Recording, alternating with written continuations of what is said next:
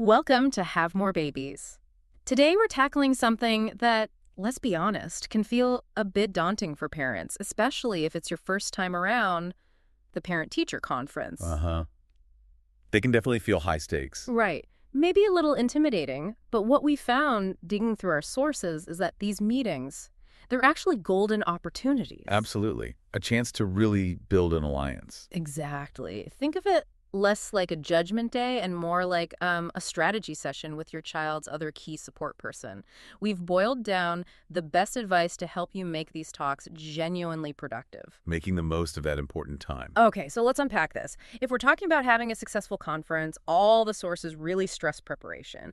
But what does that really mean beyond just, grabbing the last report card? Right. It's more than just showing up. The first thing is you sort of have to become your own detective. Okay, a detective. I like that. Yeah, dig out those recent assignments, tests, maybe projects. Don't just look at the grade. Look for patterns. Is there a certain kind of math problem that always trips them up? Ah, so specific things. Exactly. Or maybe comments about staying organized keep popping up. Finding these trends beforehand. It gives you real things to talk about, not just how's everything going. That makes sense. Moves it beyond the general. Mm-hmm. What about involving the child in this detective work? Oh, that's critical. Step 2 is talking to your child. And not just, how's school? Right, the one-word answer trap. Exactly. Ask open-ended stuff like, what was your favorite thing you learned this week? Or what felt kind of tricky? Or even about friendships. Who do you like working with in class? Their view adds so much color to the picture. That's brilliant. Getting Right. their perspective gives you context you just wouldn't have otherwise. Totally. It helps you understand their school world from their eyes. Okay, so we've done our homework, talked to our kid. What's next on the checklist before we actually walk into the school? This is key. Prepare a list of questions. Don't just wing it. Okay, what kind of questions are most effective?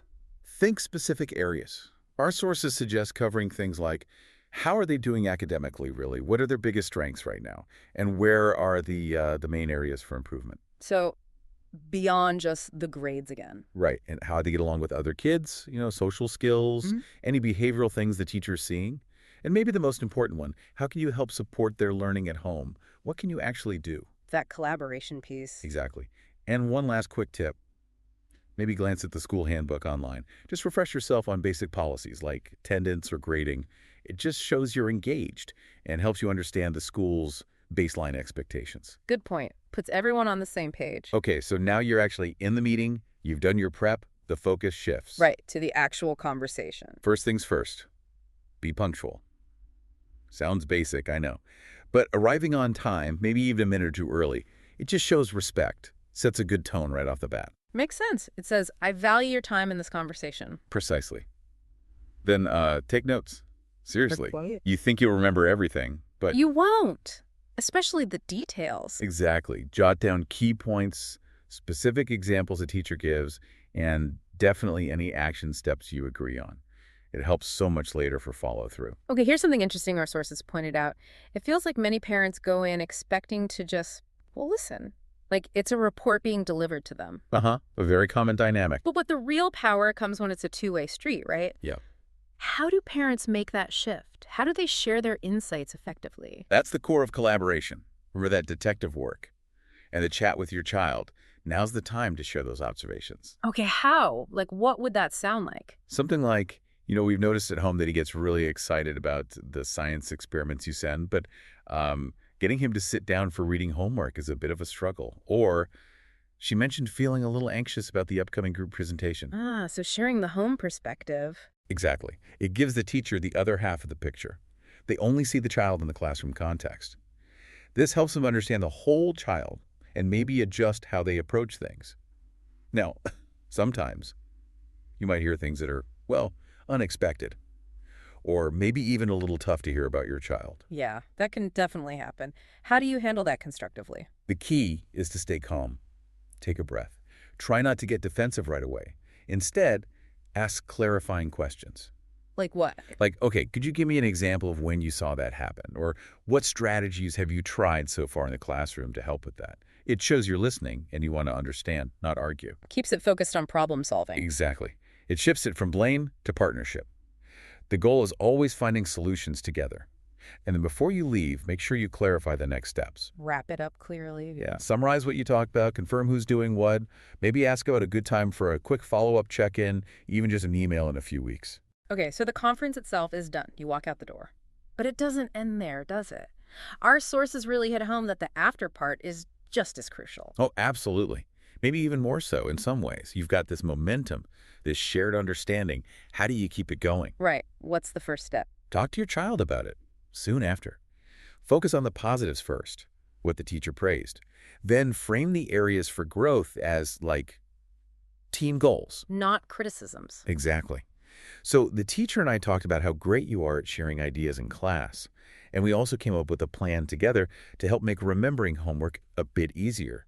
Get them involved in that plan is their learning journey. Gives them ownership. Makes sense. Then you actually have to do the things you agreed on. If it was setting up a specific homework time, start that night. If it was trying a new reading approach, look into it. Consistency really matters here. Walking the talk. Right. And finally, keep that communication line open with the teacher. Doesn't have to be formal meetings. A quick email like, hey, just wanted to let you know we started that new routine, seems to be helping. Or, still finding X a bit tricky. Any other thoughts? Keeps the partnership alive. Exactly. It shows you're committed and allows you both to tweak things if needed. Now, something else that came up in the research was this evolving trend. Student-led conferences. What's the deal with those? Sounds fascinating. It really is a shift. Instead of the teacher talking about the student to the parent, the student is actually leading the conversation.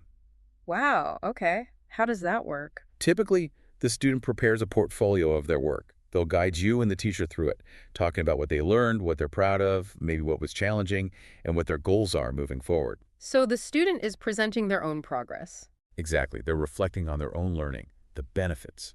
Huge. It boosts their engagement, builds communication skills, self-advocacy skills, and it really strengthens that parent-student-teacher team. Everyone's hearing the same message directly from the student. That sounds incredibly powerful. What's the parent's role in that kind of conference, then? It must be different. It is. You shift from being the main question asker to more of a supportive listener and, like, a coach. Beforehand, you might help your child practice their presentation. During it, you're listening to them, asking them questions like, what was the hardest part of that project for you? Or how are you going to work on that goal you mentioned? So you're engaging directly with your child about their learning, with the teacher there as well. Precisely. It's a fantastic way to see their growth and self-awareness firsthand. Okay, let's shift gears slightly to some quick-fire practical questions that often come up. How often should parents generally expect these formal conferences to happen? Typically, most schools schedule them once or maybe twice a school year.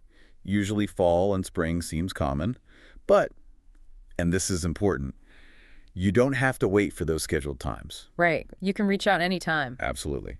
If you have a concern or just want to check in, teachers are almost always open to a quick chat, an email, or scheduling another meeting if needed. Don't feel limited by the formal schedule. And what if life gets in the way and you just cannot make the time slot the school assigned? Work, other kids. Totally understandable. It happens. The best thing to do is contact the school or the teacher as soon as you know there's a conflict. Just let them know. And reschedule. Yep. Most schools are really flexible now. Many even offer virtual options like a video call or a phone conference. That makes it way easier to find a time that works for everyone. The key is just communicating proactively.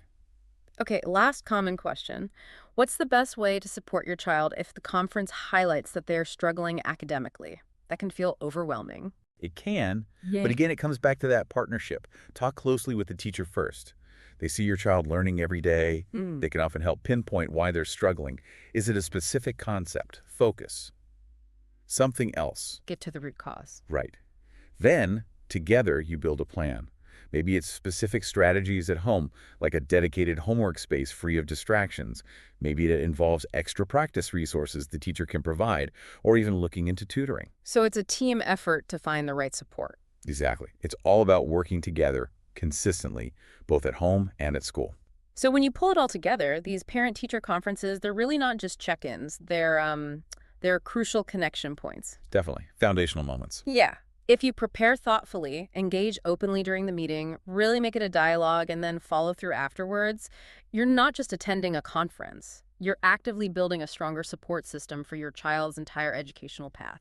That's the key takeaway, isn't it? It Yeah. goes beyond just grades on a page. It's about creating this consistent, supportive bubble around your child where they feel understood and encouraged both in the classroom and when they walk back through your door at home. A real investment in their growth. A huge one. It builds their confidence, their connection to learning, everything. And if you want more great tips on supporting your child's education journey, things like the amazing benefits of simply reading to your kids, or practical ways to handle those tricky moments when bad grades happen, you should definitely check out omegapediatrics.com. Yeah, they have some really fantastic resources and articles for parents, really practical stuff. Apps, just a wealth of insights over there at omegapediatrics.com. So if you found this discussion helpful today, we'd love it if you'd give this video a like, subscribe to the channel for more deep dives like this one, and maybe share it with another parent you know who might be heading into conference season. Your support really helps us continue bringing these insights to more families. Thanks so much for joining us on Have More Babies. We'll look forward to diving into another topic with you next time.